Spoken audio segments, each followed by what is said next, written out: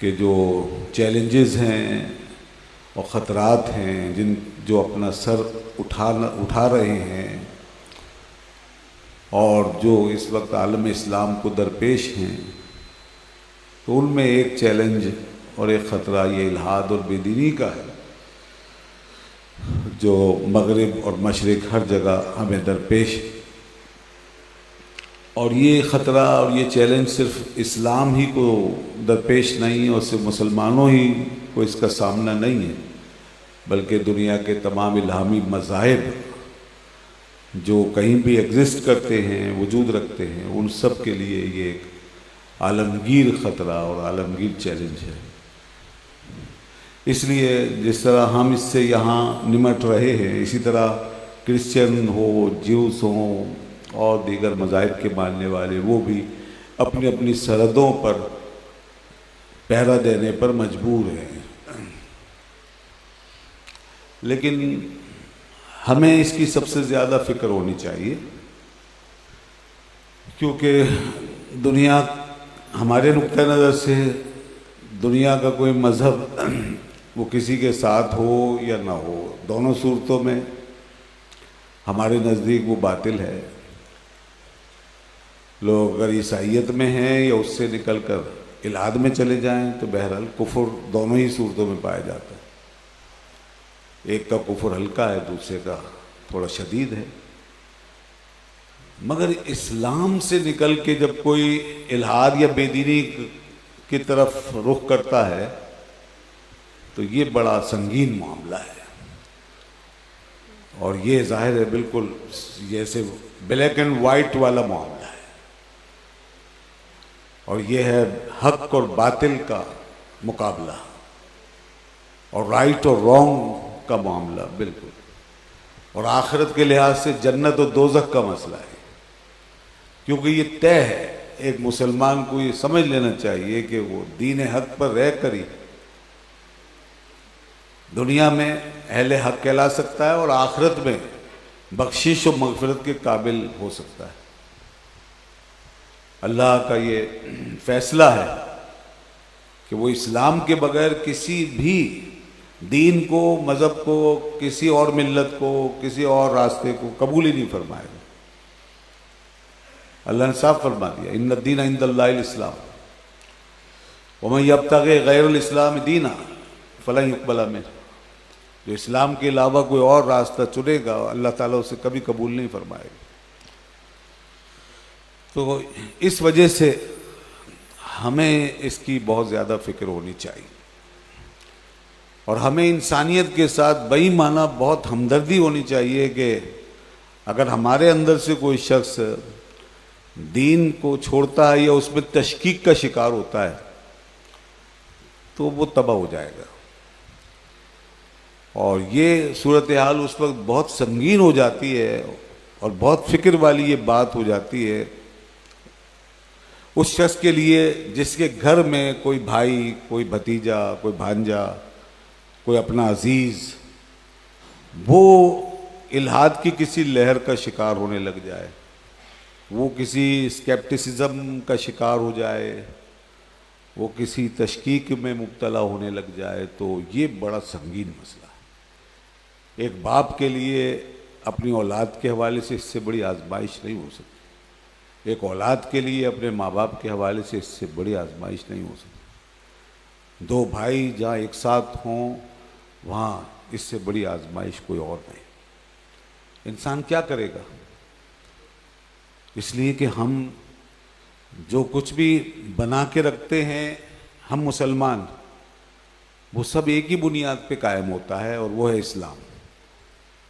हमारी पहचान, हमारा घर, हमारे रिश्ते, हमारे ताल्लुकात, हमारी शहरियत, हमारी नेशनलिटी, हमारी कौमियत, ये सब कुछ सिर्फ एक ही उसूल पे खड़ी है और वो है इस्लाम।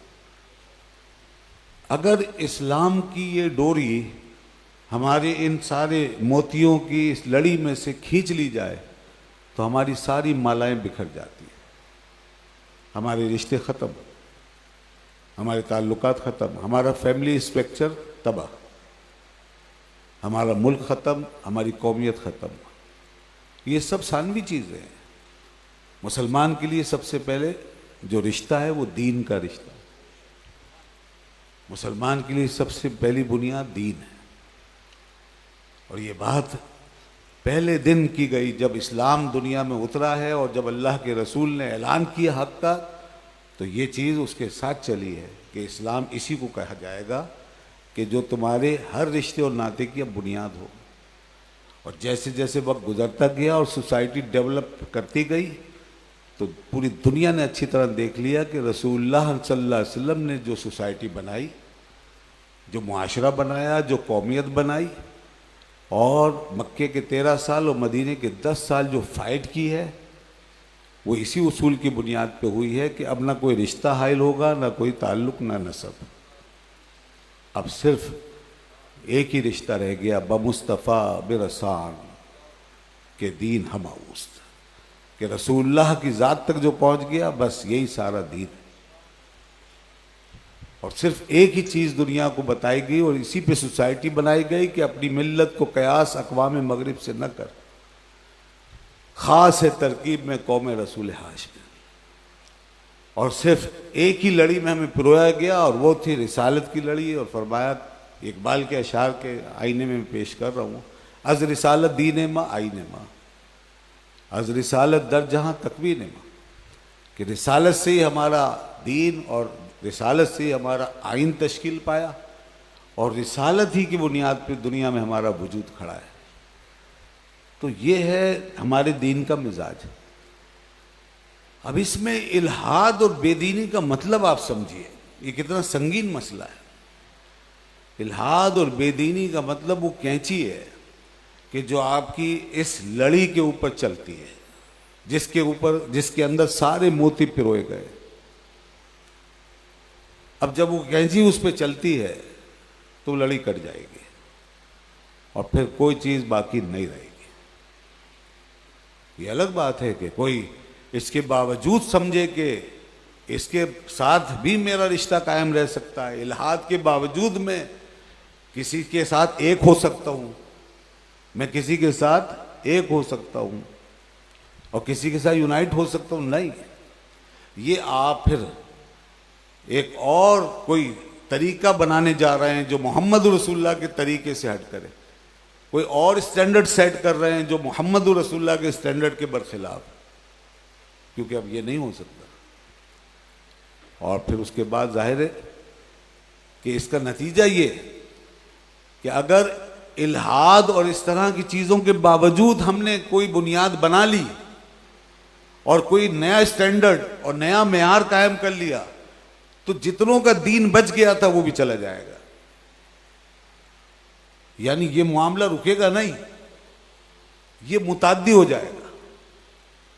अल्लाह ने साफ फरमाया, ला तजिदु कौम युमिनूना बिल्लाहि वल यौमिल आखिर युवाद्दूना मन हाद्दल्लाह व रसूलहू।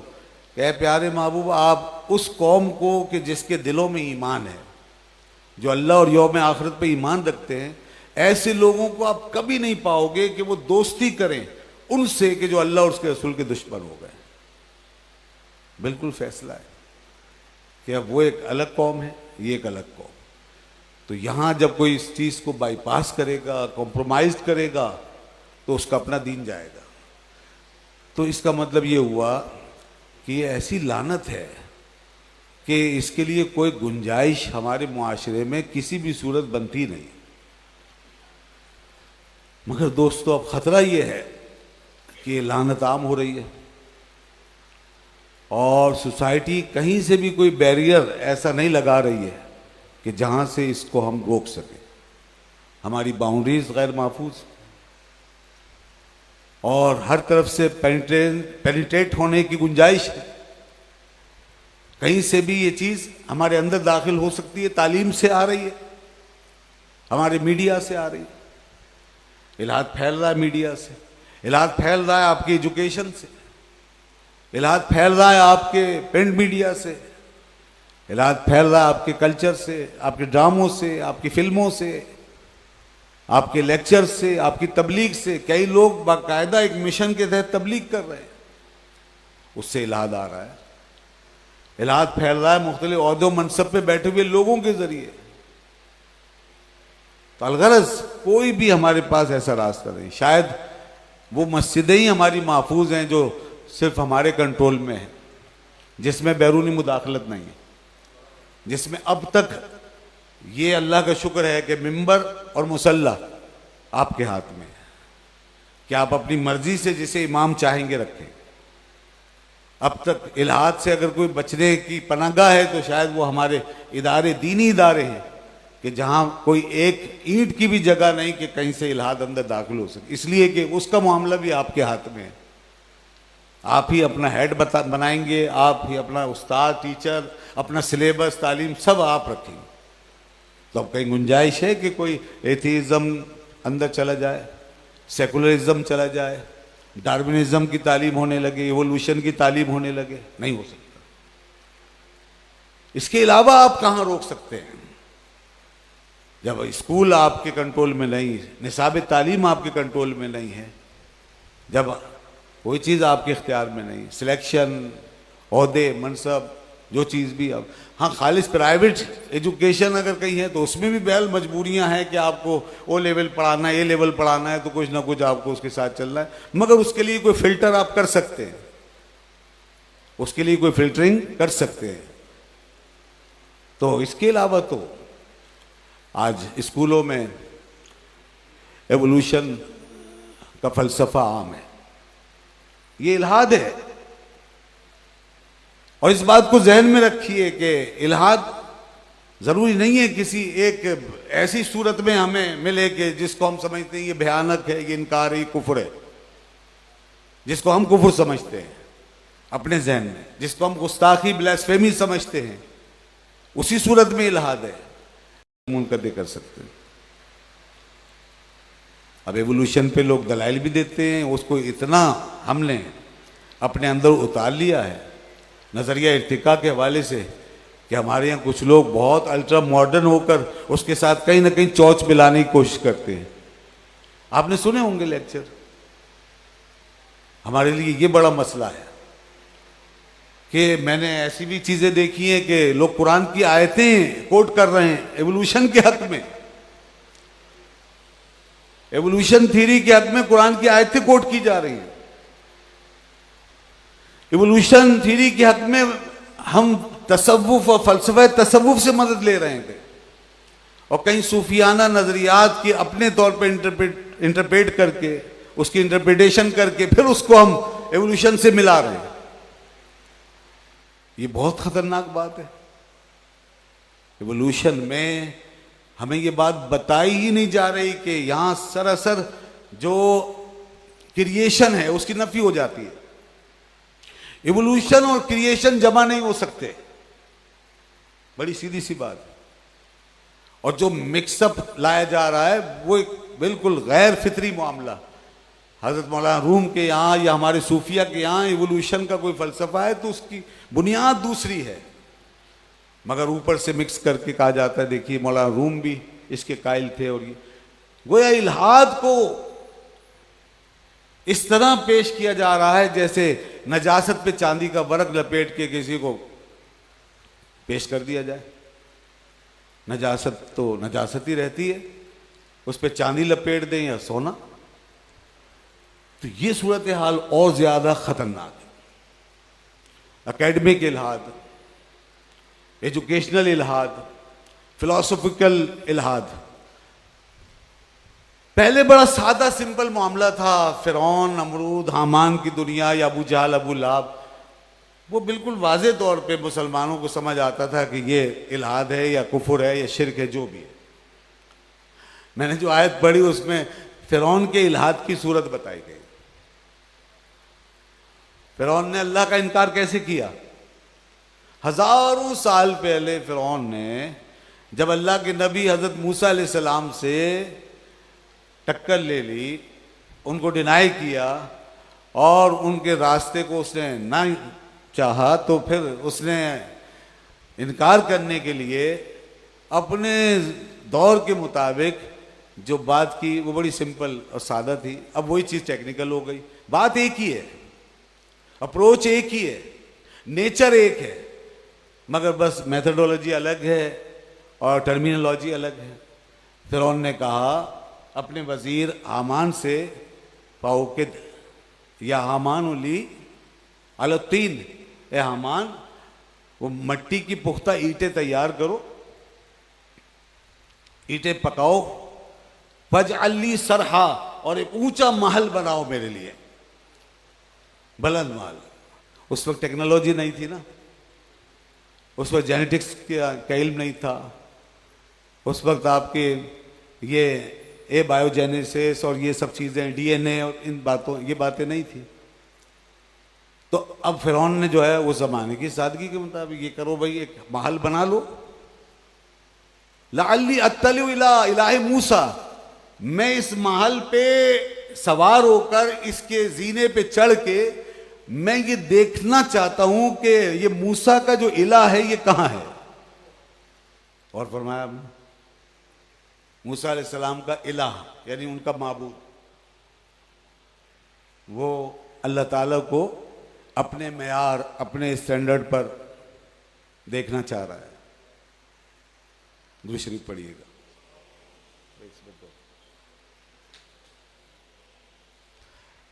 अपने मेयार पर उसने अल्लाह ताला को देखने की कोशिश की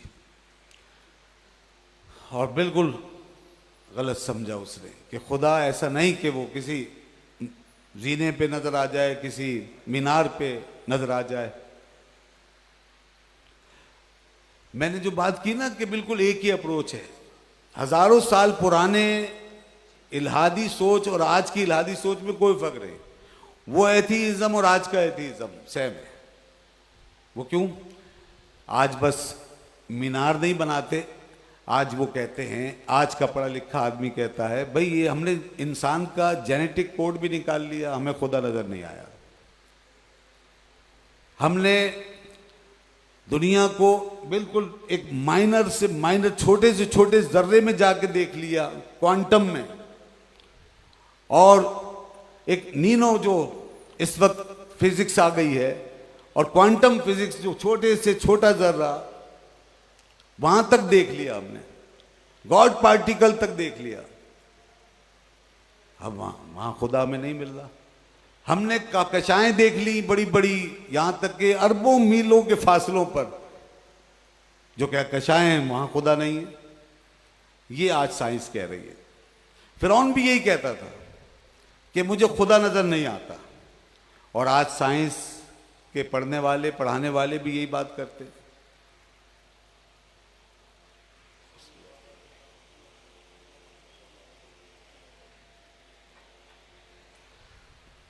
हमें डीएनए में खुदा नहीं मिला, हमें कहकशाओं में, गैलेक्सीज में खुदा नहीं मिल रहा, हमें मरीख पे खुदा का नहीं पता चल रहा, हमें खुदा का पता नहीं चल रहा, हमें कायनात की इब्तिदा में खुदा नहीं मिल रहा, हमें वहाँ पे बिग बैंग मिला मगर खुदा नहीं मिला। तो इन्होंने खुदा के बारे में क्या कॉन्सेप्ट बनाया?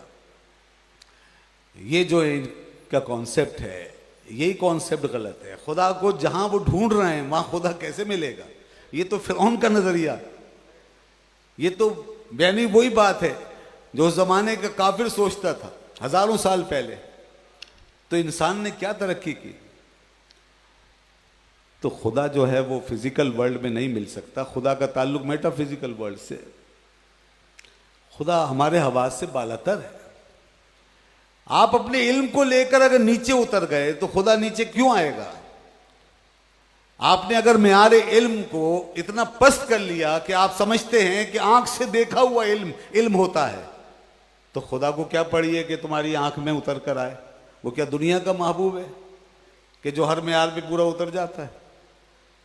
जैसा तुम देखना चाहो वैसे देख लो। ये कोई दुनिया की कोई रियलिटी है? ये सबसे बड़ी रियलिटी है, वो जो मुतलक एब्सोल्यूट रियलिटी है, सबसे बड़ी हकीकत है, जिसके ऊपर सारी कायनात को, सारे फिक्र फलसफे को, सारे इल्म को, सारे मेयारात को अपलिफ्ट होना पड़ेगा। और उस रियलिटी को जहां वो है उसको वहां जाके देखना होगा, उस अंदाज से देखना होगा। यही साइंस का सबसे बड़ा मसला है। और इसीलिए आप देखें ना, हमारा जवाल देखें, इंसानियत की तबाही देखें कि आप मॉडर्निज्म तक पहुंचे, वो फिर भी चलो कुछ करीब था ज़माना, हमारे मज़हब से करीब थे कि इसलिए कि आप कम से कम वर्ड और उसके मीनिंग को मानते थे, आप इंटेलेक्चुअल एक लेवल पर रहते थे, आप अकल के कायल थे। लेकिन उसके बाद पोस्ट मॉडर्निज्म में आकर आपने उसको भी उठाकर फेंक दिया। आपने कहा नहीं, हम और नीचे उतरना चाहते हैं, आप नीचे उतरे। और यहां तक कि इस वक्त सारा इल्म और फलसफा और सारी साइंस जो है वो आपकी एम्पिरिकल डेटा में बंद कर दी गई।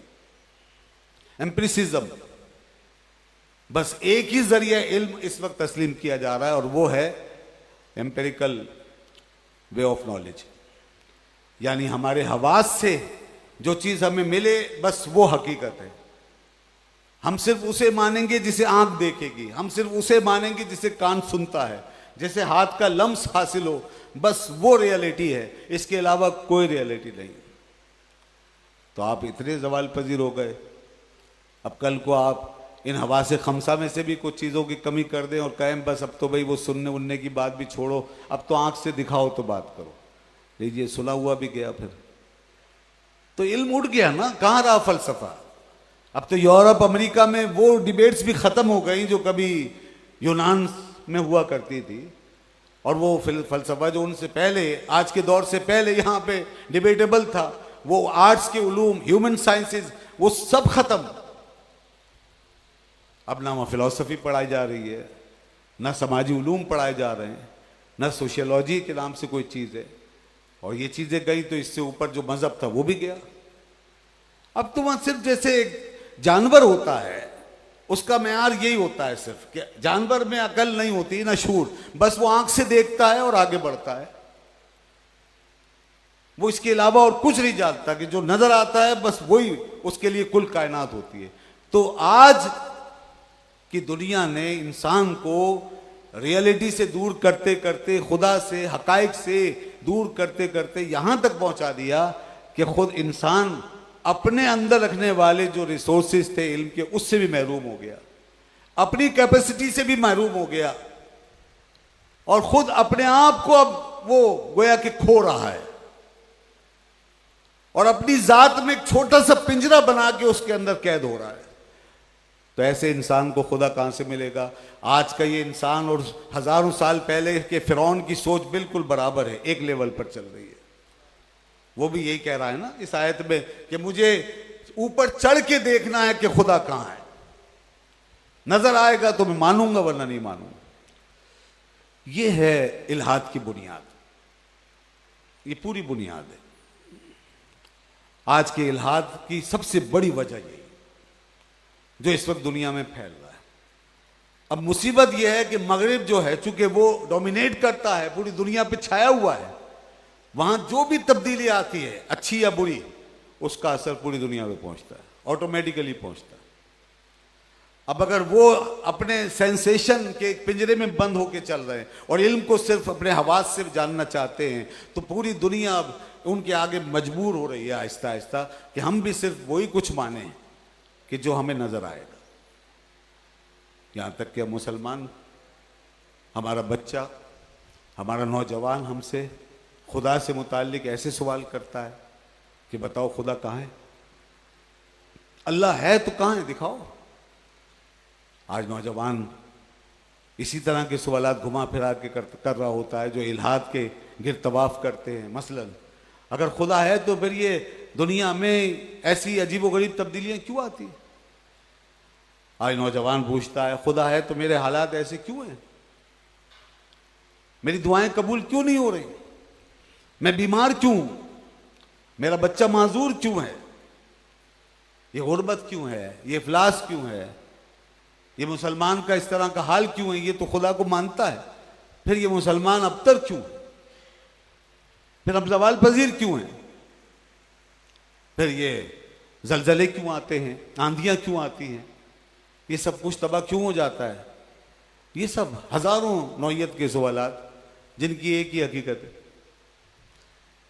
और बात वही है सारी कि हम खुदा के बारे में अपना एक मेयार इल्म सेट कर चुके और अपने पैमाने और उसूल पे खुदा को देखना चाहते हैं। ये है वो मसला। दोस्तों, ये चीज़ जब हम अपने मेयार के मुताबिक ये चीज़ें परखेंगे तो कभी भी हम फिर इस जाल से बाहर नहीं निकल सकते। हमें ये समझना होगा कि कुछ हकाइक वो हैं कि जो हमारे इस मेयार से कहीं बुलंद है। हमें ये जानना होगा कि इल्म सिर्फ वो नहीं है कि जो हमारे हवास से हमें आता है। हमारी किताबों में, अकायद की किताबों में ये लिखा हुआ है शुरू से कि इल्म का जरिया तीन चीजें हैं, तीन रिसोर्सेज हैं इल्म के। नंबर एक हवास, यही जो जिस पे साइंस खड़ी है आज। नंबर दो अकल, विजडम। और नंबर तीन खबर सादिक, सच्ची खबर, एक सही इंफॉर्मेशन। ये हमारा सबसे टॉप द लिस्ट रिसोर्स है। एक खबर, एक सही इंफॉर्मेशन, तस्दीक शुदा बात जिसको हम रिफ्यूज नहीं कर सकते, जिसको डिनाई नहीं कर सकते, जिसका इनकार नहीं कर सकते, ऐसी सच्ची बात। यहां मजहब खड़ा है। इससे नीचे नीचे तक साइंस है। साइंस नीचे है, सारी दुनिया के उलूम इससे नीचे है। तबी उलूम, साइंसेस, जुमला साइंसेस, तमाम नेचुरल उलूम, वो सब नीचे।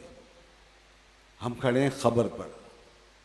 और ये खबर जो है, ये हमारा वो मेयार है मजहब का जिससे मजहब हमें मिलता है। और वो मेयार वही से मुतय्यन है, वही की सूरत में, एक सच्चे रसूल की सूरत में, एक ऐसी जात के जिसने सबसे पहले आकर अपने आप को वही तौर बनवाया कि मैं ना झूठ बोल सकता हूं ना खयानत कर सकता हूं। देखिए ना इस्लाम किस तरह उठा है रसूल के किरदार पर, क्योंकि सारा दारोमदार इसी पे है। कोई तजर्बा काम नहीं करेगा, कोई दूसरा जरिया वहां तक नहीं जाएगा। इसलिए सिर्फ रसूल ही वाहिद जात है और वाहिद सेंटर है इस हकीकत का पूरी, कि हम उसको अगर समझ गए तो फिर इस बात को हम कबूल कर लेंगे। लिहाजा सफा की चोटी पे खड़े होकर 40 साल जिंदगी का पूरा नक्शा तजर्बा लोगों के सामने रखकर, पूरी किताब खुली किताब की तरह जिंदगी का एक एक वर्क लोगों को पढ़ा के, फिर अल्लाह का रसूल सफा की चोटी पे खड़े होकर पूरे एतमाद से ये फरमाता है कि फ़कत लबिस तो फीकुम उमूरम मिन क़ब्ली अफला ताक़िलून। मैंने पूरी जिंदगी तुम्हारे सामने रख दी, क्या अब भी नहीं समझते तुम? क्या मेरे अंदर कोई झूठ पाया तुमने? क्या मैं गलत कह सकता हूं? क्या मैं झूठ बोल सकता हूं? क्या मैं खयानत कर सकता हूं? लोगों ने कहा नहीं, हरगिज नहीं, हमने कभी कोई झूठ नहीं पाया। आप सादिक हैं, आप अमीन हैं। एक एक फर्ज से आपने ये चीज कहलवाई, एतराफ करवाया। उसके बाद फिर आपने फरमाया तो अब सुनो, मुझे मेरे रब की तरफ से ये खबर पहुंची है और मैं अल्लाह का रसूल बनकर आया हूं कि मुझ पे ईमान लाओ, वरना आगे तुम्हारे लिए अजाब है, खतरा है। अल्लाह का लश्कर है जो तैयार है, जो तुम पे हमला कर देगा। तो यहां से बात शुरू होती है। तो हमारे लिए तो सबसे बड़े एतमाद की चीज ये है, बस इसके बाद और क्या है? किरदार से बड़ी कोई चीज हो ही नहीं सकती। एक ऐसी जात जिसने अपना सब कुछ, घर से लेके बाहर तक की जिंदगी सब दिखाई, और एक एक बात जिसकी रिपोर्ट होकर बाहर आई, कोई चीज छुपा कर नहीं रखी। आप हमें अपनी अपनी जिंदगियों में बहुत कुछ छुपा कर रखे हुए हैं। न मैं आपके बारे में पूरी तरह जानता हूं, ना आप मेरे बारे में, और इसकी जरूरत भी नहीं है, क्योंकि हम में से किसी पर भी आंख बंद करने की हमें जरूरत नहीं है। हम हर एक की बात को जाकर परख सकते हैं, परखना चाहिए। हमारे पास एक अबदी एब्सोल्यूट क्राइटेरिया है, बस उसी पे सब परखे जाएंगे। इसलिए किसी की सारी जिंदगी जानना अब जरूरी नहीं, मगर जो एब्सोल्यूट हमारा मेयार था उसकी जिंदगी का एक एक पल जानना जरूरी था, क्योंकि वो किसी और पर मौकूफ नहीं, वो है अल्लाह का रसूल। यही वजह है कि घर से लेके बाहर तक पूरी जिंदगी शीशे की तरह ट्रांसपेरेंटली आपके सामने रख दी गई और लोगों को खुला चैलेंज किया गया कि अब बताओ कि यहां कहां गलती हुई है और कहां कोई काबिल एतराज चीज तुम्हें दिखाई देती है। और जब दुनिया ने ये बात जान ली और इसका एतराफ किया, बदतरीन दुश्मन जो बाद में हमेशा हाथों में पत्थर तीर कमान लिए फिरते रहे, यहां तक कि इसी रास्ते पे मर गए और लड़ते लड़ते उन्होंने अपनी जानें दे दी, वो आलम कुफर, वो बदतरीन दुश्मन जो आपसे लड़ते लड़ते मर गए। अबू जहल ने सरेआम अपना सर कटवा लिया, मगर पूरी जिंदगी ऐसे बदतरीन दुश्मन भी आपके किरदार के हवाले से कोई एतराज नहीं कर सके।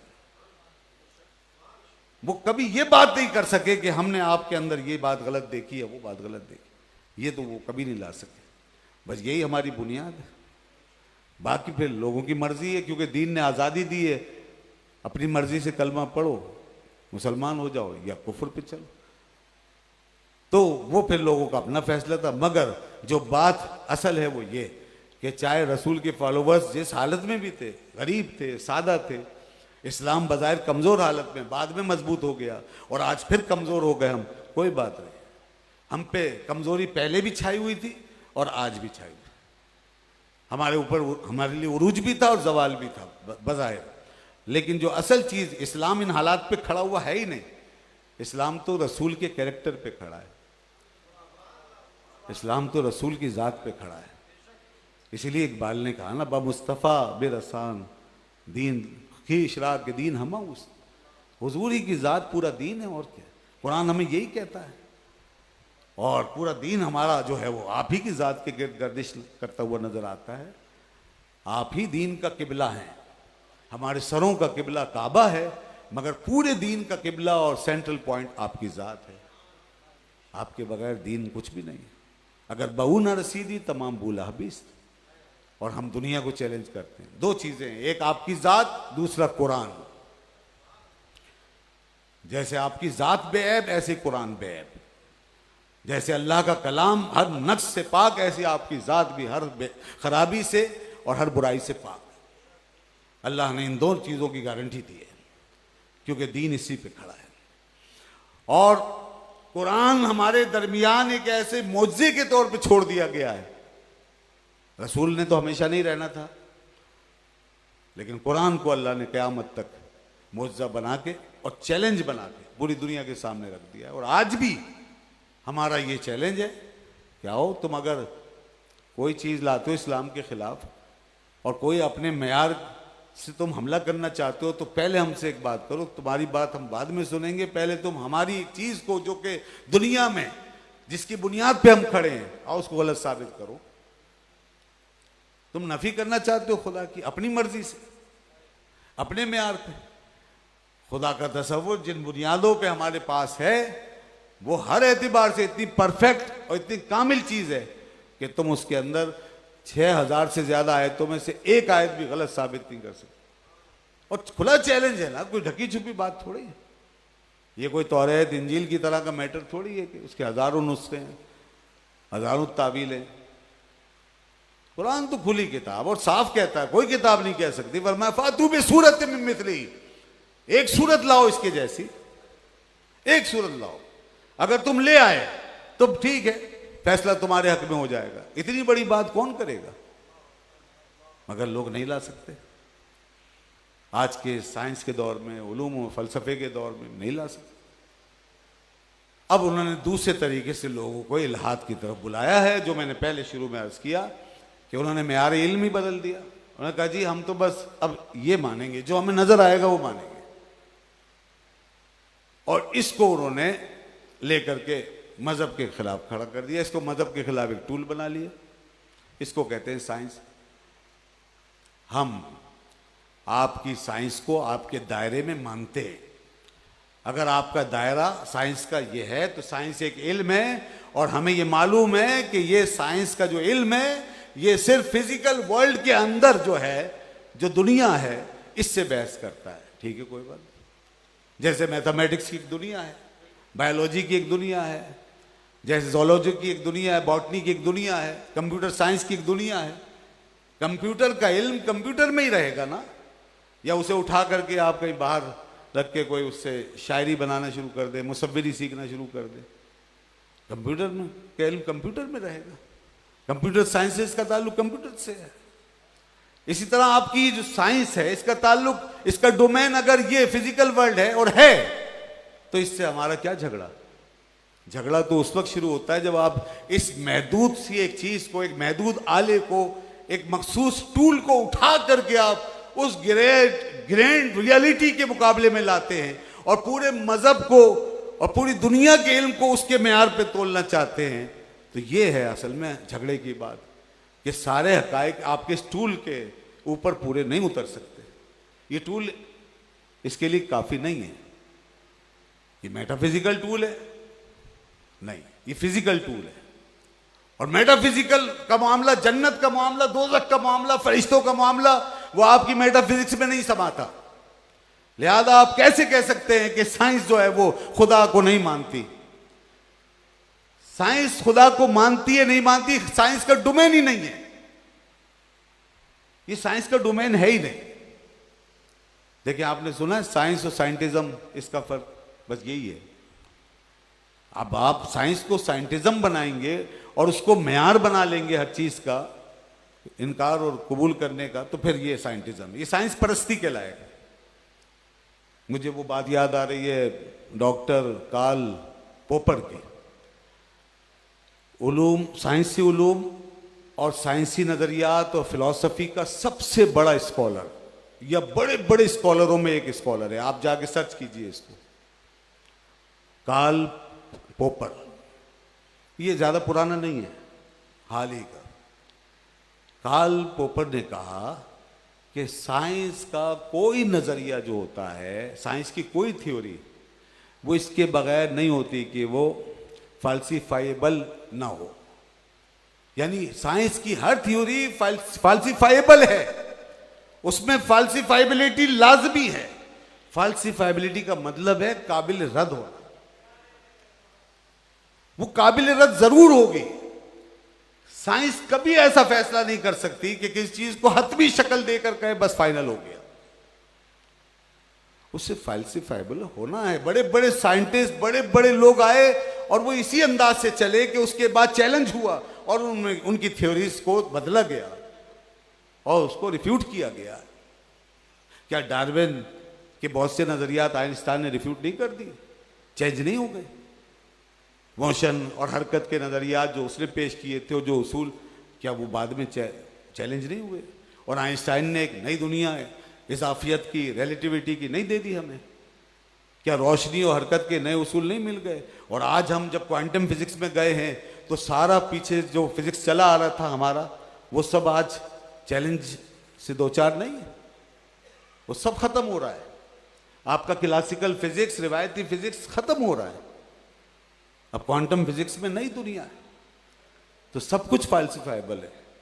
तो जब साइंस का ये मामला है, ये उसकी नेचर है, तो फिर वो खुदा से बहस कैसे कर सकती है? साइंस का सबसे बड़ा प्रॉब्लम ये जो इस्तिकरा होता है ना, इस्तिकराई मंतिक, ये है इंडक्टिव लॉजिक। साइंस खड़ी है इंडक्टिव लॉजिक पर, तो उसमें जो प्रॉब्लम है वो प्रॉब्लम ऑफ इंडक्शन लाजमी आता है। यही कि जब आप एक बहुत सी मिसालें देखकर अपनी आंख से, तजर्बे से एक कानून बनाते हैं, तो फिर उसके बाद इस बात की हमेशा गुंजाइश है कि कोई मिसाल आपके कानून से टकरा जाए और आपका जो कानून है, जो फार्मूला है, वो टूट जाए। मिसाल के तौर पर साइंस कुछ उस तरह काम करती है कि बहुत सारे काले कौवे देखकर मुख्तलिफ जगहों से साइंस एक फार्मूला बनाती है कि सारे कौवे काले होते हैं। ये फार्मूला है उनका। ये फार्मूला ये इस तरह बनेगा कि बहुत सारी मिसालें देखी, हमने कहा सारे कौवे काले। अब बताइए आप, क्या ये 100% हो गया? क्या ये कतई हो गया? क्या ये टूट नहीं सकता? क्या ऐसा मुमकिन नहीं है कि कभी कोई सफेद कौवा नजर आ जाए? क्या साइंस अब इसके बाद ये कह सकती है कि भाई ये फाइनल है और कोई सफेद कौवा नजर नहीं आ सकता? नहीं कहेगी साइंस। मगर साइंस का परिस्तार इस पे ईमान लाएगा, क्योंकि उसके पास कोई और थ्योरी नहीं है। उसके पास यही दीन है, यही ईमान है। इसको कहते हैं साइंटिज्म। साइंस तो नहीं कह रही, मगर साइंटिज्म पर यकीन रखने वाला ये बात कहने पे मजबूर है कि नहीं साहब, बस अब यही मानना पड़ेगा कि सारे कौवे काले होते हैं। बिल्कुल इसी तरह साइंस ने आज अगर अपने मेयार इल्म के मुताबिक खुदा को नहीं देखा, उसको एक्सपीरियंस नहीं किया, उसको एक्सपेरिमेंट नहीं किया और कह दिया कि खुदा नहीं है, तो ये कोई खुदा की नफी तो नहीं है। जैसे सफेद कौवे की नफी नहीं है, ऐसे खुदा की नफी नहीं हो सकती। इसलिए कि साइंस ये कभी नहीं कहेगी कि खुदा कभी प्रूफ हो भी नहीं सकता।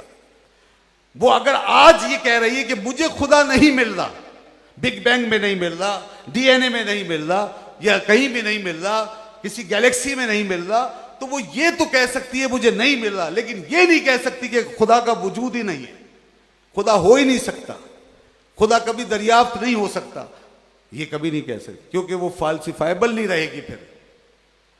और ये मैंने अभी एक हवाले से बता दिया कि तमाम साइंस को जानने वाले लोग कहते हैं साइंस फाल्सिफाइबल है, वरना वो साइंस नहीं रहेगी। तो अब ये किस बुनियाद पे कह सकते हैं कि खुदा नहीं है, जबकि साइंस खुद जो है ये बात, ये दावे से नहीं कर रही। तो ये है असल में प्रॉब्लम ऑफ इसका, ये प्रॉब्लम किसका, ये जो इसके अंदर इंडक्टिव लॉजिक पाई जाती है, प्रॉब्लम ऑफ इंडक्शन, ये साइंस का प्रॉब्लम है। बहुत सारी चीजें हैं, मिसालें भरी पड़ी हैं। कल तक आप नहीं मानते थे, बहुत से हकायक को आप मानने लगे हैं। मैं इस हवाले से अर्ज करूं एक अहम हवाला कि एक बहुत बड़ा फिलोसफर और साइंटिस्ट जो कि इस वक्त अभी फौत हो गया सन 1990 के आसपास बरतानिया में,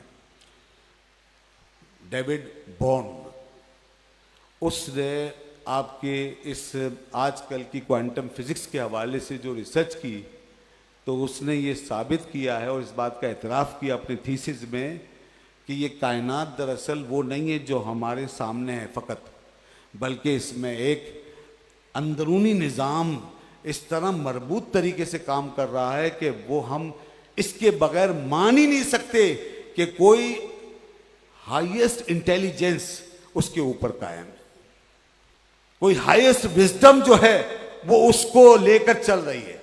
यानी ये बॉर्न जो है, डॉक्टर डेविड बॉर्न, ये इस कायनात के निज़ाम में एक हाईएस्ट विजडम की तरफ इशारा करके जा चुका है। और ये सिर्फ साइंस की अप्रोच है, इसमें कोई मजहब का हवाला उसने नहीं दिया।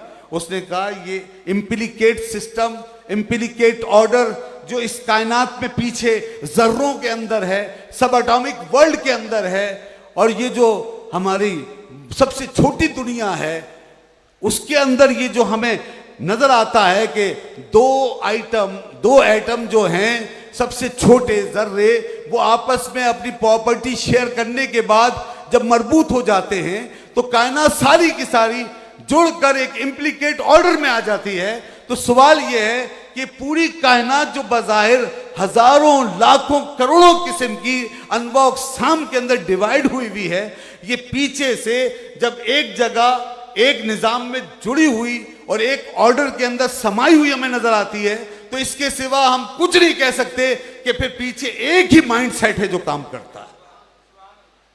ये हो ही नहीं सकता कि कोई माइंड सेट ना हो, कोई विजडम ना हो और फिर वो एक ना हो, ये नहीं हो सकता, क्योंकि इतना जामे और इतना मरबूत निज़ाम ये किसी हाईएस्ट इंटेलिजेंस का काम हो सकता है। और वो इंटेलिजेंस, उसको आप वो अपना नाम देते रहें, विजडम कहें, सुपर नेचुरल कोई पावर कहें, मगर हम उसी को खुदा कहते हैं, हम उसी को खुदा कहते हैं। तो ये ऐसे हकाइक हैं, और मैं समझता हूं कि आगे जितना अभी बारीकियों में जाएंगे हम, तो इंशाअल्लाह साइंस खुद ये बात मानने पे मजबूर होगी कि अल्लाह है। इस अगरचे साइंटिज्म का यकीन और ईमान रखने वाले वो चाहे फंसे रहे अपनी सोच और अप्रोच के अंदर, लेकिन साइंस की नेचर खुद वहां तक जाएगी। अगर खुदा को बराहरास्त हम आंख से ना भी देख सकें तो हम ये बात तो मानते हैं ना कि दुनिया का हर इल्म उसके दरवाजे पे दस्तक जरूर देता है। अगर वो वाकई इल्म है, वो उसके दरवाजे पे दस्तक देता है। इल्म उसको भले ना दिखा सके, क्योंकि मैंने कहा ना खुदा का मैटर मामला जो है वो देखा जाने वाला नहीं है, वो मेटाफिजिकल, लेकिन आपकी लॉजिक, आपकी मंतिक, आपका एक्सपीरियंस, आपके उसूल, कायनात के मुशाहदात बिल आखिर आपको एक आखिरी फाइनल कॉज की तरफ लेके जा सकते हैं, क्योंकि कॉज एंड इफेक्ट का मामला बहरहाल उसके अंदर से आपको गुजरना है। अब ये अलग बात है कि आप कॉज की वो हकीकत नहीं पा रहे जो सबसे पहला कॉज, इटर्नल, वो अल्लाह की जात है, अल्टीमेट कॉज वही है। आप कॉज मान गए और आपने कहा एक ये चीज और ये उसका कॉज, बस बात यहां खत्म कर दी। ऐसा कैसे हो सकता है? कॉज के पीछे कॉज है, कॉज के पीछे कॉज है। आपने बज़ाहिर बिग बैंग थ्योरी पे बात खत्म कर दी और कहा कि बस यहां तक एंड है और कायनात अब इससे आगे शुरू हो जाती है। मगर हमें यह बताओ कि बिग बैंग तक एक कॉज, फिर दूसरा कॉज, हर एक वाकया के पीछे एक कॉज चलता रहा, फिर बिग बैंग आ गया, तो अब उसके पीछे कोई कॉज क्यों नहीं हो सकता? इसके पीछे कौन सा इल्म है, कौन सा उसूल है कि अब कॉज लेस हो गई दुनिया और बिग बैंग बजाय खुद खुदा बन गया? इसी तरह आप यहां चलते हैं चीजों में तो मैटर पे जाके कहते हैं बस फाइनल हो गया, मैटर आखिरी है। तो सवाल ये, मैटर के पीछे कॉज क्यों नहीं है? हर चीज के पीछे कॉज है, मैटर के पीछे कॉज क्यों? आपको एक अल्टीमेट कॉज मानना पड़ेगा और ये साइंस मानेगी। खुदा को बराह रास्त ना देख सके मगर कॉज एंड इफेक्ट रिलेशनशिप की जो एक माकूलियत है, लॉजिक है, ये हमें वहां जरूर पहुंचाएगी, वरना कायनात का कोई मसला हल हो ही नहीं सकता। इसलिए आज साइंस के दरवाजे पर ये सवाल दस्तक दे रहे हैं कि अगर पीछे कोई अल्टीमेट कॉज नहीं है तो कायनात का वजूद क्यों कायम है? इसका जवाब दो। मैटर कहां से आया? जवाब दो। दुनिया हंसती है, खुद मगरिब में ऐसे मुफक्किर हुए कहते हैं कि ये क्या बात है, एक अंधा बहरा मैटर, वो हमारे अंदर इतना बड़ा निजाम, इंसानी जिस्म के अंदर करोड़ों अरबों खरबों खलियों का निजाम, एक एक खलिए में लाखों करोड़ों किस्म की मालूमात और उसके अंदर इतनी जबरदस्त किस्म की इंफॉर्मेशन और फिर पूरे जिस्मानी निजाम को चलाने वाला एक एक खलिया और फिर एक सिस्टम के तहत उनकी प्रोड्यूसिंग होना, फिर रिप्रोड्यूस होना, फिर जिंदगी का चलना, ये किसी अंधी बहरी ताकत के हाथ में कभी समा सकता है? ये अंधे बहरे मैटर का काम है, कैसे हो सकता है? ये साइंस के दरवाजे पे सवाल दस्तक दे रहा है मगर कोई जवाब नहीं, इसलिए कि खुदा को मानना नहीं चाहते। ये जनाब आपके मेरे अंदर से लेके कायनात तक ये सवाल हर जगह हमें खड़ा हुआ नजर आएगा। मजहब भी तो पूछे ना, हम इलाज से तभी बच सकते हैं जब अपना सवाल लेके वहां पहुंचे। सवाल करना सीख जाएं, जवाब किसी के पास नहीं है, फिर हमें सवाल करना ही नहीं आता। हमें ये मालूम ही नहीं है कि साइंस की का हुदूद अरबा क्या है, उसकी डोमेन क्या है। हमें ये मालूम ही नहीं है कि लोग यहां पर किस तरह नाजायज तौर पे मजहब पे हमला कर रहे हैं अपनी डोमेन से बाहर निकलकर साइंटिज्म की पैरवी में। तो अगर हमें ये मालूम हो जाए तो हम इनके अपने दायरों में जा करके इनसे सवाल कर सकते हैं। हम इनका दरवाजा खटखटा के पूछेंगे, बताओ किस उसूल की बुनियाद पे इनकार करते हो? साइंस का कौन सा फार्मूला है, कौन सी नॉलेज, कौन सी लॉजिक है, कैसे हो सकता है? तो ये बहुत अहम चीज थी मगर हमें इस अंदाज से नहीं पढ़ाया जा रहा। तो हमारी आज की गुफ्तगू का जो आखिरी हिस्सा है वो यही कि इसका तदारुक कैसे हो। तो तदारुक यही है भाई कि अब हम अपने बच्चों को सवाल करना सिखाएं। हम जो एजुकेशन बच्चों को दे रहे हैं उसके अंदर हम ये पूरी रियलिटी बयान करें, जो ये हकायक है सारे बताएं कि किसका क्या डोमेन, किसकी क्या हुदूद है, इस्लाम कहाँ खड़ा है और ये मेटाफिजिकल वर्ल्ड क्या है और साइंस की ओरिजिन क्या है, हकीकत क्या है और कहाँ साइंस जो है एक अंधी बहरी ताकत के पीछे नॉन साइंटिफिकल तरीके से सवार हो गई है और उसके पीछे जा रही है अंधाधुंध। इतना इल्म और शूर का दावा करने के बावजूद एक अंधे बहरे मैटर के पीछे हाथ बांध के चले जाना, ये नॉन साइंटिफिक रवैया है, ये कोई साइंटिफिक अप्रोच नहीं है। हम पूछने में हक बजानिब हैं कि बताओ कि ए बायोजेनेसिस ये कैसे हो सकता है? ये ए बायोजेनेसिस से ये आप जिंदगी कैसे बना सकते हैं? हम पूछते हैं कि मुलर ने जब जिंदगी को दरियाफ्त किया था सन 50s में, मिलर ने और उसके साथ उसके एक दोस्त ने जब जिंदगी पर तजर्बा किया था, तो बताओ क्या अमाइनो एसिड बन गए थे? क्या प्रोटीन बन गए थे? नहीं बने थे। क्यों नहीं बने?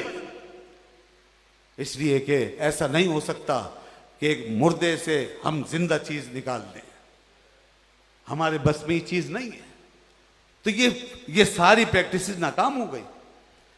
तो हमारे पास ये सारे सवालात हैं, हम देख रहे हैं कि दुनिया नाकाम है, दुनिया जवाब नहीं दे सकती है। अंधा बहरा मैटर ये दुनिया का निज़ाम नहीं चला सकता। इमाम आज़म ने बहुत सादगी से समझाया था। मैंने कहा ना उस ज़माने में चीज़ यही थी। आज अगर वो अकलें होती तो ये साइंस के सारे उसूलों का अहाता करके बात करते। इमाम आज़म ने यही बात कितनी सादगी से समझाई। मैं इस पर एंड करता हूँ क्योंकि टाइम के दामन में ज़्यादा गुंजाइश नहीं है। जब उस ज़माने में एक दहरिया पैदा हुआ और उसने खुदा का इनकार किया तो हज़रत इमाम अबू हनीफा रहमतुल्लाह अलैह को बुलाया गया और आप कसदन उस स्टेज पर देर से पहुंचे। तो लोगों ने एतराज़ किया, दहरियों ने एतराज़ किया कि हुजूर टाइम की पाबंदी नहीं हुई, हम बहुत देर से इंतज़ार कर रहे हैं। उन्होंने कहा मेरी मजबूरी थी। कहा क्या मजबूरी थी? कहा घर से निकला तो कोई सवारी नहीं थी, कश्ती नहीं थी, बीच में दरिया था। कहा फिर ये कि बस मैं खड़ा हो गया और फिर एक दरख्त था मेरे साथ खड़ा हुआ, वो दरख्त खुद ब खुद उखड़ गया और गिर गया और उसके बाद वो फटना शुरू हो गया, कटना शुरू हो गया, उसके तख्ते बनना शुरू हो गए। लोग अब हैरान हो करके उनकी शक्ल देख रहे हैं, ये क्या कह रहे हैं? दरख्त कटना शुरू हो गया, तख्ते बन गए। उन्होंने कहा फिर दरख्त की वो कश्ती बन गई खुद ब खुद, वो पट्टे आपस में मिल गए, कश्ती बन गई, आ गई। मल्ला भी नहीं था, कश्ती का इशारा था, मैं बैठ गया और वो खुद ब खुद चली, चलते चलते मुझे यहाँ पहुँचा दी। सब लोगों ने क्या कहा मारा, वहाँ से कहने लगे इनकी तो अकल ही ख़राब हो गई। कहा ये क्या बात करेंगे? तो इमाम आज़म हनीफा ने फरमाया मैं यही बात तो तुम्हें समझाना चाहता हूँ, अकल मेरी नहीं तुम्हारी ख़राब हो गई। जब इतनी सी एक कश्ती, एक बोट खुद ब खुद न बन सकती है न चल सकती है तो पूरी कायनात को तुम ऐसे ही तो चलाते हो। जब खुदा को नहीं मानते और कायनात को मानते हो, अरे खालिक के बगैर ये कायनात बनी कैसे ये बताओ पहले। और फिर ये जो चल रहा है निज़ाम, ये कौन चला रहा है? तो तुम तो कहते हो खुद ब खुद बना, खुद ब खुद चला, खुदा के बगैर, गॉड लेसली। तो तुम ज़्यादा बेवकूफ़ हो या मैं बड़ा बेवकूफ़? तुम तो बहुत बड़ी बात कर रहे हो। तो लोग बिल्कुल एकदम दम बखुद हो।